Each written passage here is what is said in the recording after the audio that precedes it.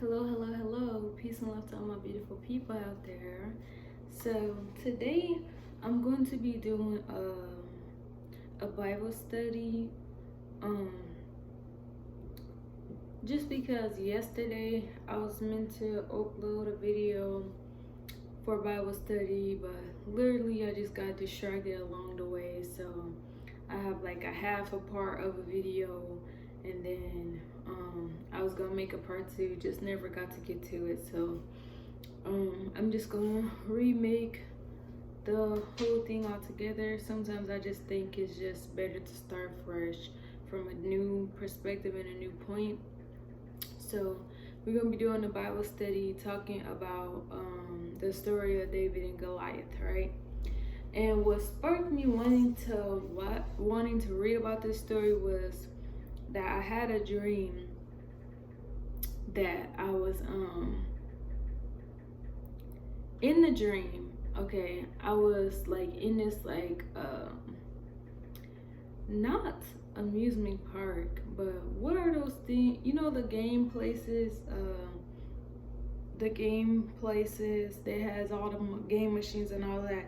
I don't know what it's called, but I was in one of those, and there was this like big game machine. It was kind of like a claw machine, but not a claw machine.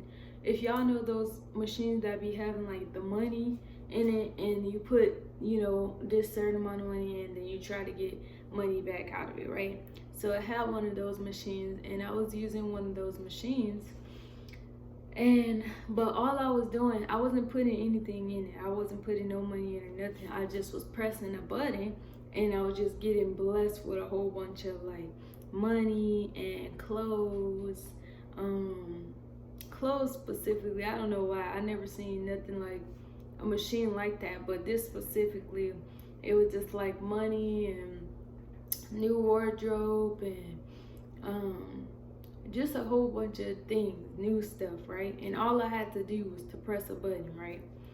So in the dream, I'm just excited. I'm just very grateful and thankful because I'm just getting all of these things for free, right? So then this girl, it was like she was this big old girl, this big old giant girl. She was probably like, I don't know, maybe like 10 feet tall or something. And she came, and it was like in the dream, the feeling of the dream was like jealousy. That's how it felt. And it was so big, like the giant was so big. But dang, and it's so crazy. It's funny how God redirects you, because I did not say this in the video yesterday, but in the dream, it was as if she was literally like the manifested state of the spirit jealousy, right? And it was so big, like a giant for real. So she had stole some of the new clothes that I just got out of the machine, right? Because I was getting so much stuff. I was getting so much stuff just free. And it was so much that I was just starting to like pile it up on the floor. And I'm like, oh, let me see, what else am I going to get? What else am I going to get blessed with? Whatever. So, but I was the only one who was able to do this. Like, I was the only one who was able to just go press a button, and now I'm getting blessed, right? So I just started piling all this stuff on the side. She had stole some of the clothes that I just got out of the machine, right? Then, so I'm looking at everybody like, y'all don't see this girl stealing my stuff? Like, just a little, kind of getting a little irritated, because I'm like, why would you just come and steal this stuff? When, for one, I'm the type of person that, if you ask me, and I just got a whole bunch of like brand new stuff, if you ask me, then I'll give it to you, literally. If I just have more than enough, which I did, I had more. I was getting blessed with more than enough. So if you had asked me, then I would have gave it to you. But no, she just stole it. And in the dream, she was not talking at all. It's the craziest thing is that she did not speak once, but her spirit, like the energy in the dream, or like the vibe and feeling of the dream, was as if she was talking, but not. I don't know how to describe it. But she what else? yeah, so she was had stole the clothes. I'm like, y'all don't see this girl that stole the clothes. She had the shirt on. Like, I'm small as heck to this big old girl. This big old 10 feet girl. She had this little baby shirt on. I'm like, y'all don't see this little small old shirt this girl got on? She can't even fit this shirt, right?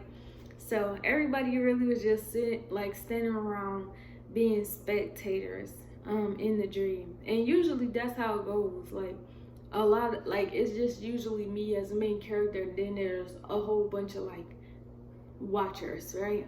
So that's just what they was doing, just watching the whole scenario. So I'm like, okay. I just started to get a little bit irritated. So I'm like, all right, I'm gonna go snatch this clothes off this girl or something like that, right? So I literally, and this is just like a visualization of how big she was, like a giant for real. So I literally climbed up her body, like from her legs all the way up her body to her face, and just popped her in her face. I don't know why I'm beating people up. I think I still have God's still working out on me. So naturally, even in my spirit, it's like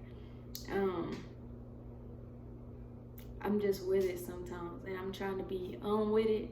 But yeah, so I just literally climbed at her body, then popped her, but it was just the main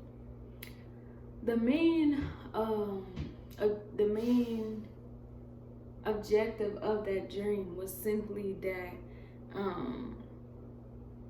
I was getting blessed, right, with a whole bunch of brand new stuff, right, and then just blessing, brand new things, not only things, but I was getting blessed with financial, like, abundance and all types of things, right? So, but like I told y'all, the girl didn't talk once in the dream. It was just like a spirit of jealousy. But the spirit's mission and main goal point was to literally take my focus off of the blessings that I just received, right? So it wasn't even about stealing nothing from me. It wasn't about them wanting anything that I can have or anything like that. It was literally about her taking her distracting my vision from what God had just gave me to begin with, right?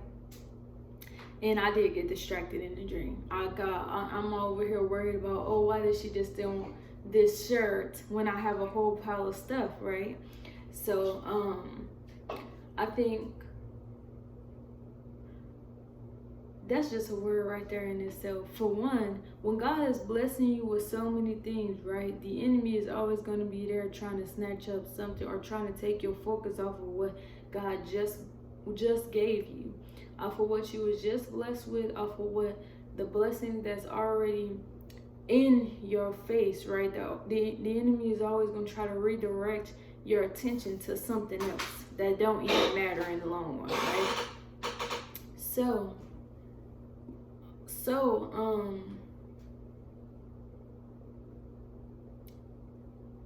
make sure y'all not allowing that enemy, that giant, to come and redirect your attention, or just to get in your face or in your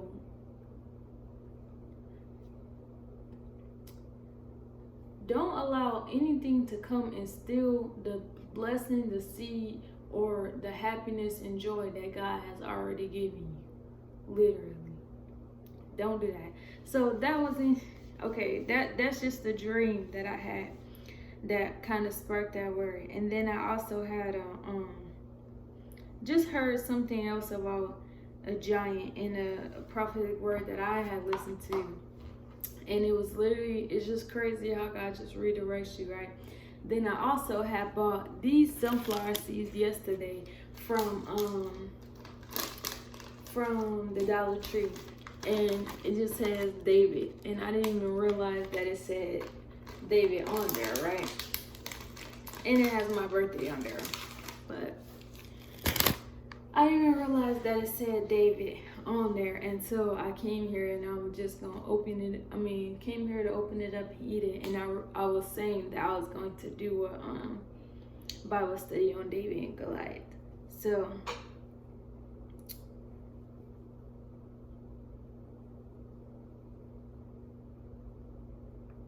Okay, we're gonna go ahead and get into that. It's just, I like to just show how God just broke down certain words or certain, just literally directs you to specific things, because it's like, if you know what I'm talking about, then you know. It's like he do it in the most like kind of subtle but not subtle, but like complex but not weighted. It's so just beautiful the way God really just do things, right? So we're gonna talk about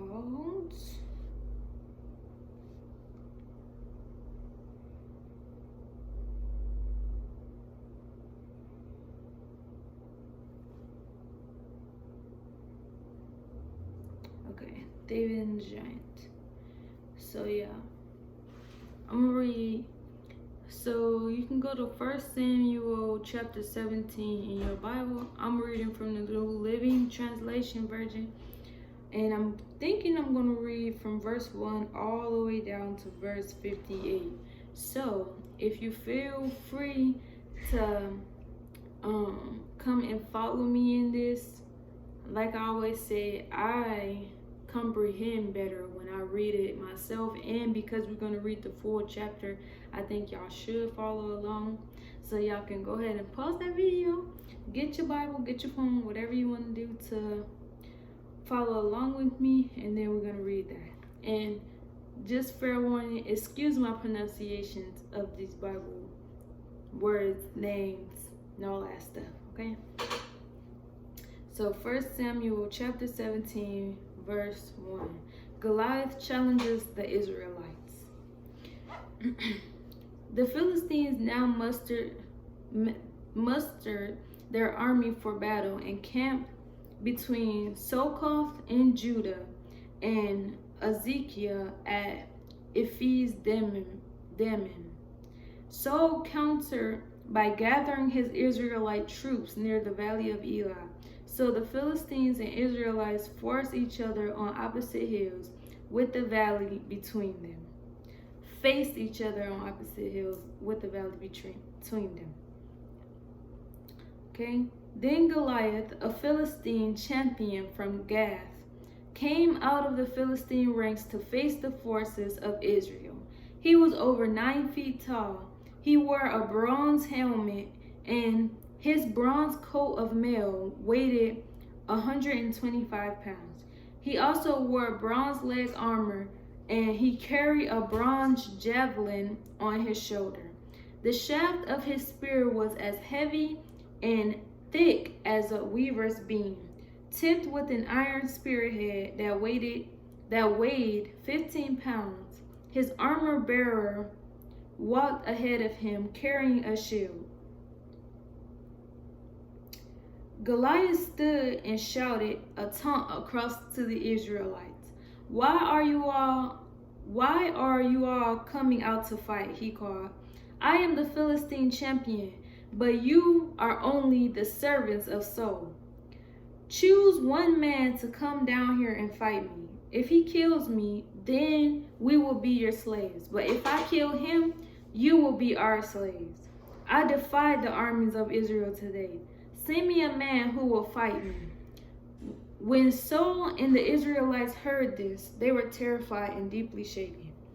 Okay, so I just wanted for one touch base on, do you see how the enemy always comes as a coward? Like Goliath, this big 9 feet tall, 100-pound man, already know that he is naturally stronger than probably everybody in these armies, and naturally he's a threat to everybody. And instead of and this is why you move with God, instead of using that for good, he's using it as a weapon. Like, and then you have the nerve to boast and brag as if you really doing something, right? Oh, I defied the armies, and I'm this and I'm that. And you literally like this big old giant, right? That's just so crazy, because that's how the enemy works for real. The enemy don't play fair. The enemy don't play fair because it's already a losing battle if the enemy ever did play fair, right? So let's go continue. Verse 12. Jesse sends David to Saul's camp. Now David was the son of a man named Jesse, an Ephrathite from Bethlehem in the land of Judah. Jesse was an old man at that time, and he had 8 sons. Jesse's 3 oldest sons, Eli, Abinadab, and Shimei, had already joined Saul's army to fight the Philistines. David was the youngest son. David's 3 oldest brothers stayed with Saul's army, but David went back and forth so he could help his father with the sheep in Bethlehem. For 40 days, every morning and evening, the Philistine champion strutted in front of the Israelite army. For 40 days, Goliath strutted in front of the army, y'all. That is so cringy. Is that not? Like, for 40 days, he strutted in front of these people who he knew could not beat him and just taunted them. This is what the enemy does, right? A coward, literally. Okay, verse 17. One day Jesse said to David, "Take this basket of roasted grain and these 10 loaves of bread and carry them quickly to your brothers, and give these 10 cuts of cheese to their captain. See how your brothers are getting along, and bring back a report on how they are doing." David's brothers were with Saul and the Israelite army at the valley of Elah, fighting against the Philistines. So David left the sheep with another shepherd and set out early the next morning with the gifts, as Jesse had directed him. He arrived at the camp just as the Israelite army was leaving for the battlefield with shouts and battle cries. Soon the Israelite and the Philistine forces stood facing each other, army against army. David left his things with the keeper of supplies and hurried out to the ranks to greet his brothers. As he was talking with them, Goliath, the Philistine champion from Gath, came out from the Philistine ranks. Then David heard him shout his usual taunt to the army of Israel. As soon as the Israelite army saw him, they began to run away in fright. "Have you seen the giant?" the man asked. "He comes out each day to defy Israel. The king has offered a huge reward to anyone who kills him. He will give that man one of his daughters for a wife, and the man's entire family will be exempt from paying taxes." David asked the soldiers, "Dang, so the king trying to find somebody the king is willing to sacrifice a daughter." The king is willing to give away a daughter and exempt them from paying taxes just to get rid of this giant, right? Okay. David asked the soldiers standing nearby, "What will a man get for killing this Philistine and ending his defiance of Israel?" So David asking the right questions. What will I get? What will I get other than that, right? Who is this pagan Philistine anyway, that he is allowed to defy the armies of the living God? Okay, first of all, do y'all hear that? Do y'all hear that spirit in him? David's spirit is already strong, and this is why you have to have a strong spirit, right?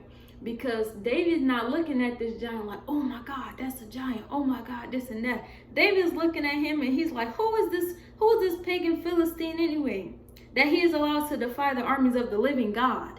Like, who are you, buddy? His spirit man is already strong, right? And these men gave David the same reply. They said, yes, that is the reward for killing him." But when David's oldest brother, Eli, heard David talking to the man, he was angry.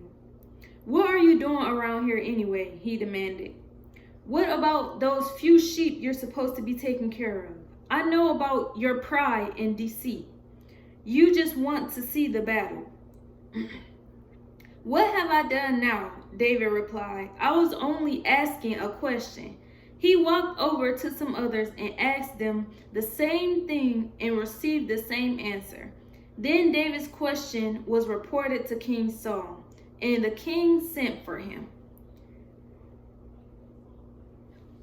Okay, we're gonna move on to this this verse 32 too. But do you see how even simply asking a question will put you right in the position that you're supposed to be in? David asked a question: what do you get for killing this giant? What is the reward for killing this pagan Philistine, right? Because he don't defy my God. This is what David is saying. This is how his spirit is. And his brothers and everybody else is afraid of this giant. Everybody's just like, oh my God, do y'all see him? Like, he gonna kill us all. How do we win this war? Blah, blah, blah. But David was asking just the right question to fulfill his mission and destiny to begin with. Sometimes all it takes is a question for you to get placed in the room of the position. Sometimes all it takes is a question for you to get placed in position towards your destiny. Literally, it takes one step, one move, one word, one question, right? So let's go on to it, right? This is verse 32. David kills Goliath. Don't worry about this Philistine, David told Saul. I'll go fight him. He telling him, don't worry about it, I got it. And then this is what Saul said. Don't be ridiculous, Saul replied. There's no way you can fight this Philistine and possibly win. You're only a boy, and he's been a man of war since his youth. You see all that doubt and fear? This is why you have to have a strong faith. And this is why you have to have a strong connection to God, to hear God, and to know your own limitations and know your own strengths, right? Because everybody is telling David, everybody is feeding him this into his mind. You cannot beat this giant. Look at you and look at him. Look at you and look at him. But David knew something that he hadn't. David knew something that everybody else did not know. Really, right? Or believe and have faith in God, right? Because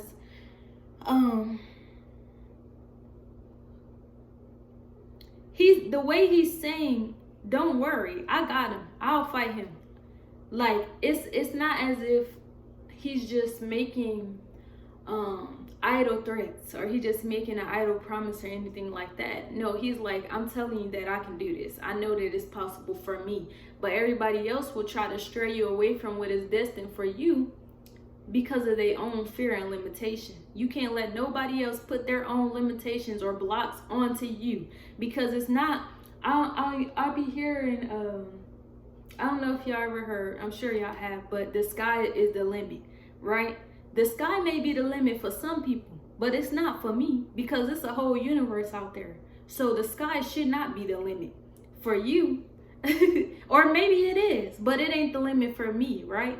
And this is pretty much what David is telling them. Like, I know what your limitations is, but I know what my strengths and where my strengths lie, right? And that is in the Holy Father Jesus Christ. I mean, in Jesus Christ, right? So, and sometimes when you have faith, when you have enough faith, it trumps every other thing that could possibly come up against you.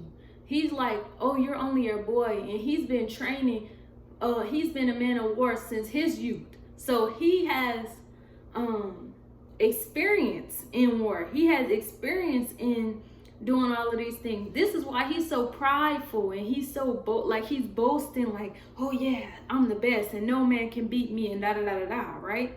Because he has experience. But when you have faith, and when you have relationship, and when you have when you are stepping into the will of God, nothing can defy the will of God, period. Point blank. No Goliath, no serpent, no demon, no power, no principalities. Nothing can defy the will of God. So if you are aligned with the will and the destiny that God has for you, you will overcome any situation. You will overcome any giant, any Goliath, right? So let's move on to verse 34. But David persisted. I have been taking care of my father's sheep and goats. But David persisted. I have been taking care of my father's sheep and goats, he said. When a lion or a bear comes to steal a lamb from the flock, I go after it with a club and rescue the lamb from its mouth. If the animal turns on me, I catch it by the jaw and club it to death. So first of all, and this is why you have connection to, this is why not only have connection and relationship to God, but you don't let nobody tell you who you not, because they speaking on his character and they don't even know his character. David out here killing lions, tigers, and bears. He said if the animal turn on him, he grab it by the jaw and club it to death. So David is really a gangster, and he really like that. But they don't even know that, right? Because God has been getting him prepared and getting him ready in secret. And this is what a lot of things, this is what God is doing for a lot of us, right? He prepares us for the battles that we are going to face in private, in secret. So when everybody else comes face to face with you, or when you tell everybody else, I'm going to overcome this Goliath, right? I'm going to kill this Goliath. They looking at you like you're not even equipped. Little do they know God has already been getting you prepared for this thing that he's calling you to do, right? God is never going to let you go into anything unprepared. So have faith in yourself, have faith in God, right? So let's continue. I have done this to both lions and bears, and I'll do it to this pagan Philistine too, for he has defied the armies of the living God. The Lord who rescued me from the claws of the lion and the bear will rescue me from this Philistine. The faith in his spirit, right? The faith in his spirit, the faith in his spirit. David is more upset at the fact that Goliath is defying the armies as if he's just somebody. He like, I know that the living God is stronger than this Goliath, right? So he's like, the same God who rescued me from these lions and tigers and bears will rescue me again. Okay? So that's just crazy. So finally consented. All right, go ahead, he said.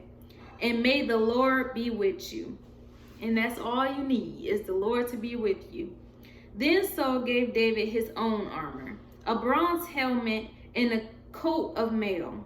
David put it on, strapped a sword over it, and took a step or two to see what it was like, for he had never worn such things before. I can't go in these, he protested to Saul. I'm not used to them. So David took them off again. He picked up, okay, first of all, let me stop right there too. I really don't want my video to end, but we almost there.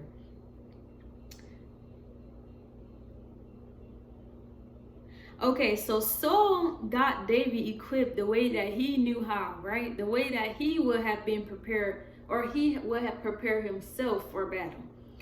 David put on everything. He accepted at first, okay, let me see. Maybe this might help me. And then he told him, I can't go in these. He protested to Saul, I'm not used to them. So David took them off again. Sometimes people may be trying to help you out the kindness and goodness of their heart, or out the understanding that they have, right? Because this is something that they would have done to be equipped in battle. And let's just talk about spiritual warfare, right? Somebody may tell you, if you want to get stronger in God, fast, right? Or if you want to get stronger in God, read your Bible 24/7, nice days or weekends, right? Or if you want to get